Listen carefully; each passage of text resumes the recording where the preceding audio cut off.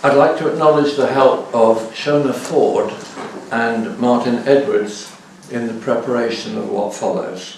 The working title for this talk was Dorothy L. Sayers and Margery Allingham, Novelists or Detective Novelists.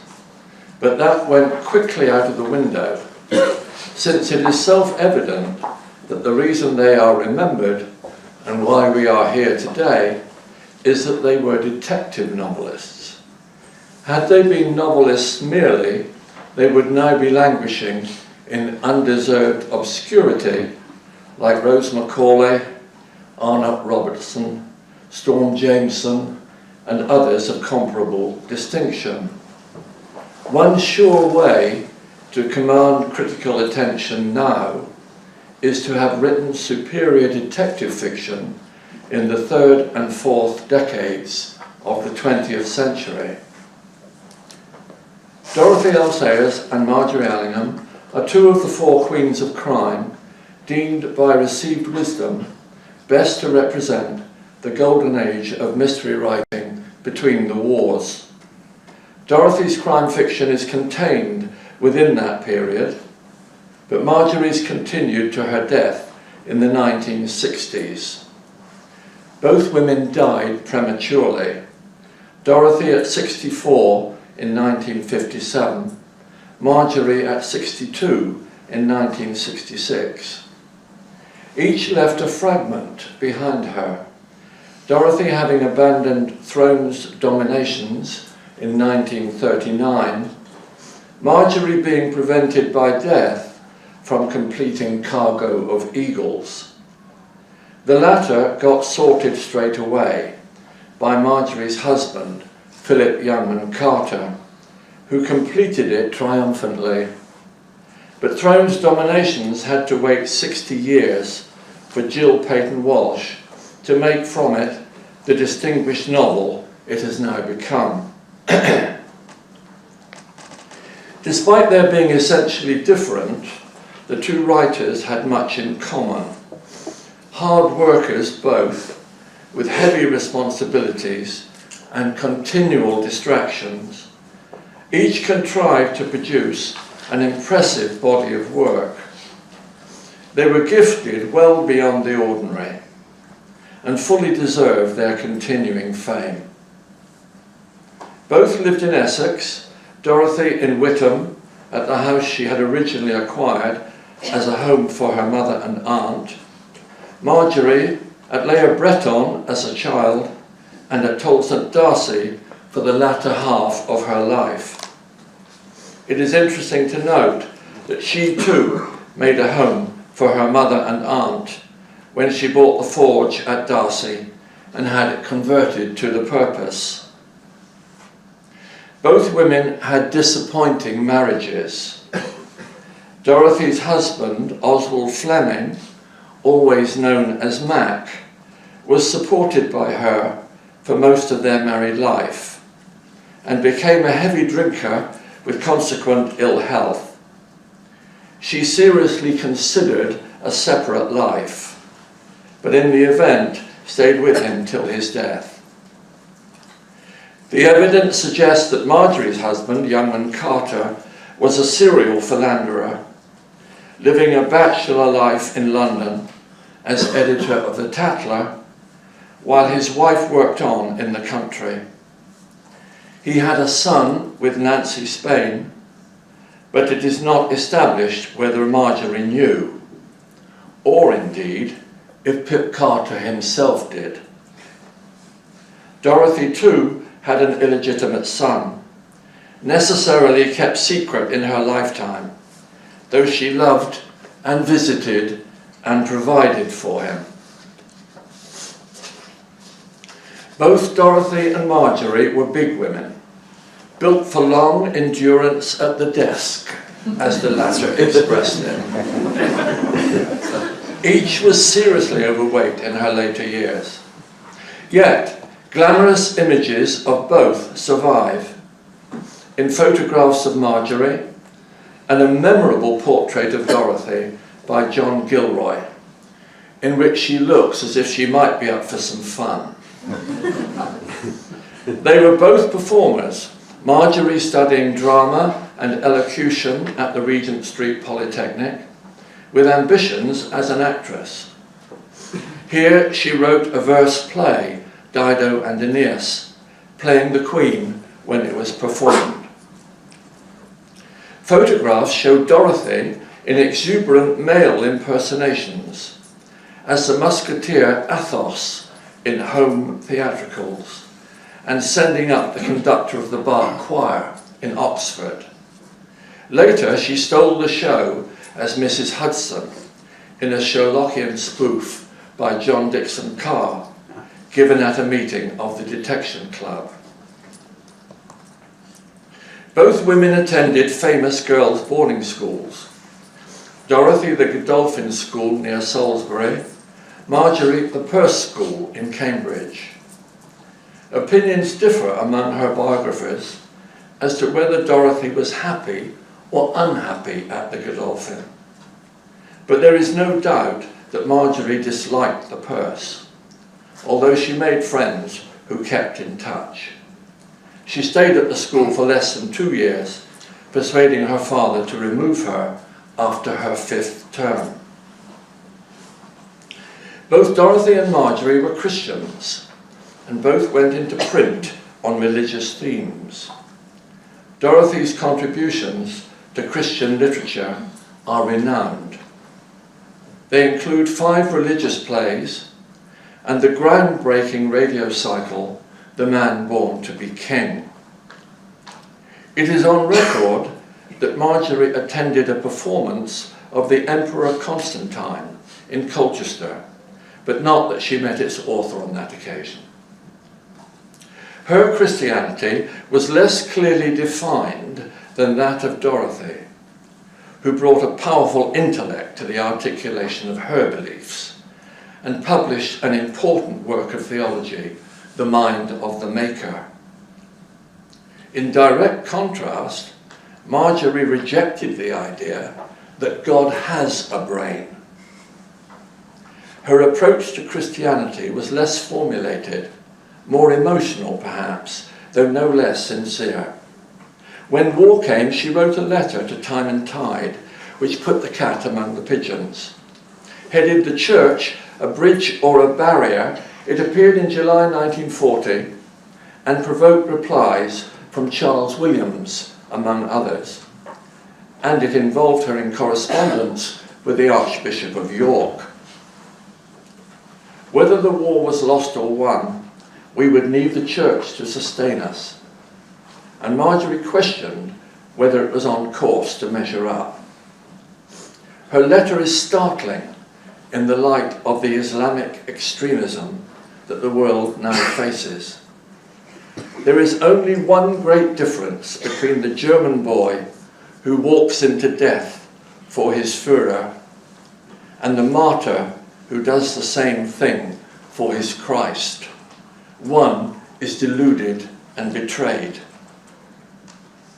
She also wrote that it is worthwhile taking the consequence of prayer, a striking conclusion suggesting deep thought. In another newspaper correspondence, Dorothy wrote in support of Margery, and it may be from this that a sort of friendship developed between them in the war. Margery was hostile to Dorothy from the outset, disliking her before she knew her, and seeing in her something of the schoolmarms, as she called them, whom she had so disliked in her school days. In her diary for 1934, she wrote of listening to her on the wireless. She sounded a bluff and schoolmistressy person and gave a rather silly address. In April of that year, she was invited by Dorothy to join the Detection Club. Spoke to D. Sayers on wire, an awful woman. She hated the induction party, feeling that she was only asked because they wanted someone for the ritual, and that everyone she met was either very patronising or very rude. There are two positive references to Dorothy in the diary, one acknowledging the high quality of Murder Must Advertise, the other recording the good notice of death of a ghost that Dorothy gave her. Neither, of course, involves her fellow writer's personality. Despite Margery's prejudice, she and Dorothy were meeting by 1942. In letters to her sister Joyce on active service with the Wrens, Margery wrote, "I've got Dot Sayers on my hands. She likes me like anything and came over by bus to lunch. A nice old duck, really, when you know her. Just determinedly belligerent." It is worth noting that Dorothy L. Sayers was 49 when this was written, and also that the habit of abbreviating names was strong in the Allingham family. Margery herself was always Marge, Dorothy became Dot, and I even heard Joyce on one occasion refer to Aggie Christie. Later in the year, there was a visit to Witham. I'd made quite a pal of Dot Sayers and went to see the famous husband. He's a Ted, underlined. In fact, the whole do reminded me of Sunday afternoon at Maud's, without Maud, and in her place a headmistress. Sensationally hard work. Poor Dorothy, one feels. She tried. Margery's reference to Ted is to the husband of her Aunt Maud, a successful journalist and magazine editor. Like Mac, he drank to excess and depended overmuch on his wife. There is no further record of contact between the two women, but a post-war Christmas card from Dorothy survives in the Allingham archive. Despite Dorothy's evident desire for friendship, it is clear that they did not become close. Each woman wrote an autobiographical novel. Margery Green Corn, of which extracts only have been published. Dorothy Cato Mary, which appeared as pendant to the 4-volume edition of the Letters, edited by Barbara Reynolds and published by the Sayers Society. Their first novels appeared in the same year, 1923. Whose Body from Dorothy, Black Kerchief Dick from Margery. The latter is prentice work for the dedicated reader only, but Whose Body needs no apology and continues to give pleasure 90 years on. It showed clearly from the word go that its author had what it takes. At one point, Lord Peter Wimsey consults a reference book to see of which clubs a protagonist is a member, in the expectation that they might meet naturally at some time. The reader accepts this at face value, and it is only later, when the roofs of Battersea come into the reckoning, that his membership of the Alpine Club becomes significant. There, in a nutshell, is the true art of the detective story. The ability to tell one story while appearing to tell another. The 14 books that followed are, in the main, hugely entertaining, and there must have been much weeping and gnashing of teeth when In the Teeth of the Evidence brought the sequence to a close. Not least in Henrietta Street, where Victor Gallant's had his premises. Dorothy had other fish to fry, in particular the religious plays, and after the war, the translation of Dante that preoccupied her mind and heart for the rest of her life. Left unfinished at her death, it was completed by Dr. Barbara Reynolds, whose own recent death at the astonishing age of 100, deprives us of the last living person to have had the friendship of Dorothy Sayers. The Whimsy novels are extraordinary, particularly in the boldness and brilliance of their murder methods, recently invoked by Jill Peyton Walsh in her later Sayers pastiche, The Late Scholar. At a bygone convention of the Sayers Society, the eminent pathologist, Professor Bernard Knight, himself a crime writer, demolished systematically the murderous devices on which Sayers' novels depend. The injection in unnatural death, the mushrooms in the documents in the case, the uncongealed blood in Have His Carcass, the bells in the 9 Tailors. I must have a drink, forgive me.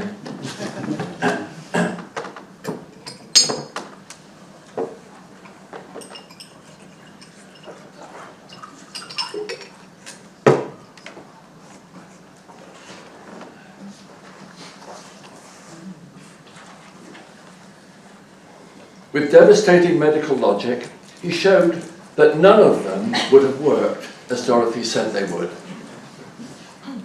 But, having brought us to our knees, he duly brought us back up again by commending the books as the cracking good tales that they are.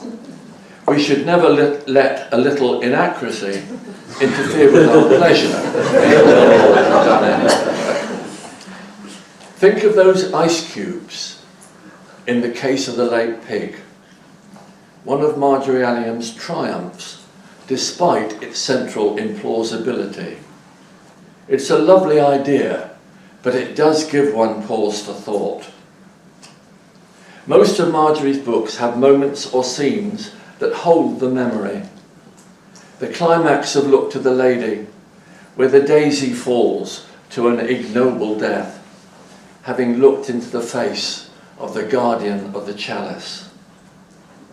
The eerie idea in Police at the Funeral that the frail matriarch, Caroline Faraday, may be a murderer by proxy, exploiting the devotion of her hefty maidservant.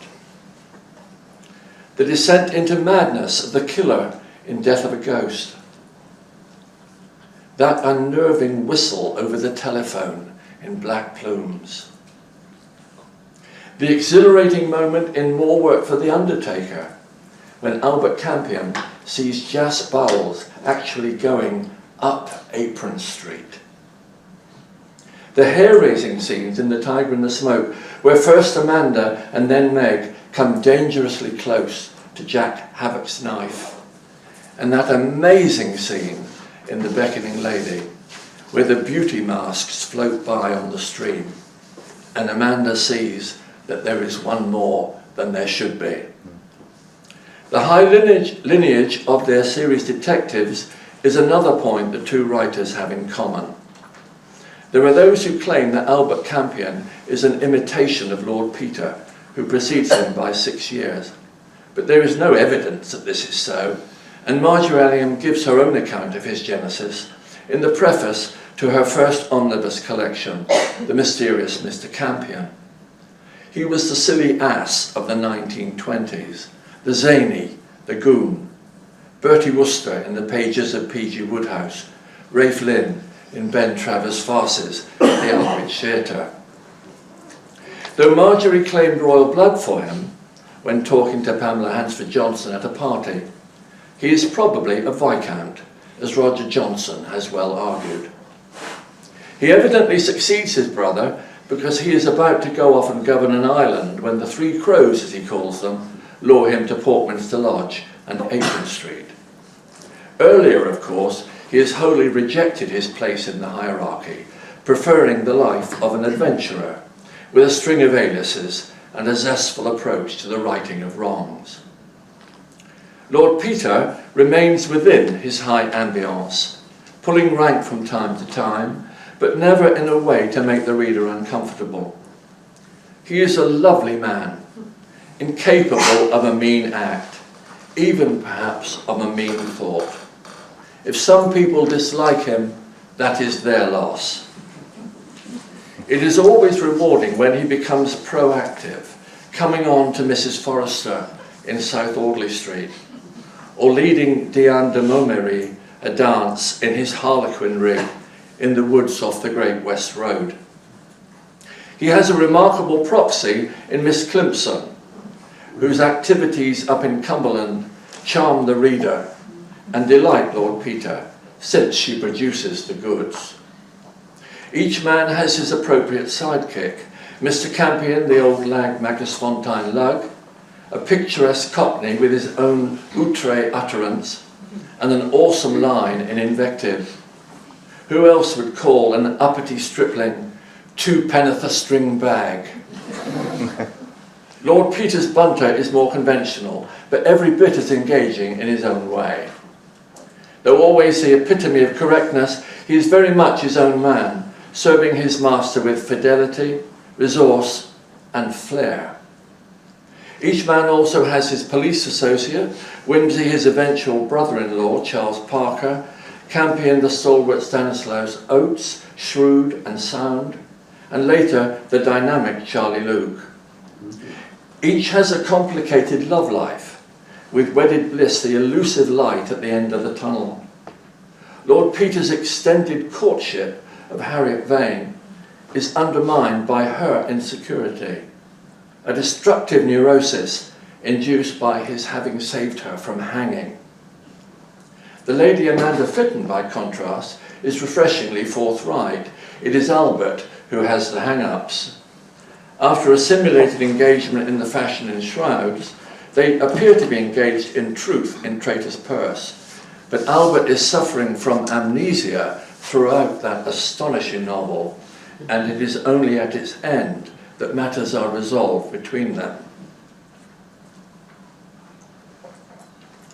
Lord Peter's lineage is meticulously documented in an engaging book called The Wimsey Family by C.W. Scott Giles. But Mr. Campion's is never defined, though we do learn that his given name is Rudolph and that the family name begins with K. Both Rudolph and that K have a Germanic ring about them, but that can't be what Margery Allingham intended, or she would have developed the theme. Lord Peter's ancestral home is Breedon Hall at Duke's Denver in Norfolk, and Mr. Campion's is Nidd in the same county. As writers, Dorothy and Margery coincided from time to time. In Six Against the Yard, for instance, where each is represented by a prime story, Dorothy by blood sacrifice, Margery by it didn't work out. They were also together in Detection Medley, a detection club collection dating from just before the war. Both were writing for the Strand magazine in the 1930s, Margery more regularly than Dorothy, though it was the latter who got star billing when The Haunted Policeman appeared. Margery's The Name on the Wrapper is in with the also-rans, though it is arguably the more accomplished story. Her work for the Strand is truly distinguished. To promote The Haunted Policeman, the magazine has a splendid cover portrait of Lord Peter Wimsey by Gilbert Wilkinson, P.G. Woodhouse's regular illustrator. He is, perhaps unsurprisingly, not unlike Edward Petherbridge. Reviewing is another field in which both women were active. Dorothy's reviews were all of crime fiction and appeared in the Sunday Times between June 1933 and August 1935. Margery was also a reviewer of other writers' work, at first in Time and Tide from 1938 to 1944, and later in the Daily Graphic, and occasionally the Tatler. Letters in her archive from grateful authors testify to the generosity and perceptiveness of her reviews, which were invariably of mainstream novels or non-fiction. She did support other crime writers with neatly turned puffs, notably John Sherwood and John Trench, the latter of whom became a friend. She also agreed to write for John Rowe Townsend, then at the Manchester Guardian, an obituary of Dorothy, though whether what appeared in the paper when Dorothy died was written by her remains unclear, and John Rowe Townsend couldn't remember when I asked him. Both writers continued to delight readers long after their deaths. Each has her society of enthusiasts, the Sayers Society founded in 1976, the Allingham in 1988. Memorial plaques affirm their fame. 2 for Margery, with a 3rd upcoming at the Regent Street Poly, now the University of Westminster. 4 for Dorothy, who also has her own statue with her cat, commissioned and installed in Witham by the Sayers Society. English Heritage turned down a request for a plaque on the house in Great Russell Street, where Doubleday had their London office, and Margery and her husband leased the flat at the top. It was refused because the house already has a plaque to George du Maurier, whose home it once was. That a second plaque might add to the fun did not occur to English Heritage, a body I have ritually cursed from time to time. Margery's in good company, and they turned down Anthony Powell recently. Lord Peter and Mr. Campion live on in the work of other writers. Jill Peyton Walsh completed Throne's Dominations and has since written 3 further whimsy novels, notably the most recent, The Late Scholar. After his wife's death, young Carter completed Cargo of Eagles and went on to write 2 elegant sequels. He too left a fragment, which was dexterously completed by Mike Ripley and published as Mr. Campion's Farewell. Fortunately, the indication that this was the end has proved false, and Mike has recently published a 2nd novel and is working on his 3rd. The game's afoot, as another great detective was sometimes heard to say. When James Brabazon wrote the official biography of Dorothy L. Sayers, he called it the life of a courageous woman. Considering no doubt her difficult school days, her early unrequited love for Eric Welkton and John Cornas, the affair with Bill White and the son she could not acknowledge, her heavy drinking husband. Margery Allingham too had much to contend with. Unhappy school days, an errant husband, a dependent household, a neurotic mother, appalling tax problems after the war, continual ill health from a malfunctioning thyroid. She even underwent electroconvulsive therapy. Both women coped nobly with whatever life threw at them, driven no doubt by economic necessity, but also surely by that extraordinary creative energy they shared. Each of them has written detective fiction at the highest level. Think only of The 9 Tailors, a work that transcends the mystery genre, and Traitor's Purse, which A.S. Byatt considers the best detective novel ever written. Had they had nothing to distract them, their achievement would have been remarkable. In the light of the troubles that beset them, we have even more to marvel at and be grateful for.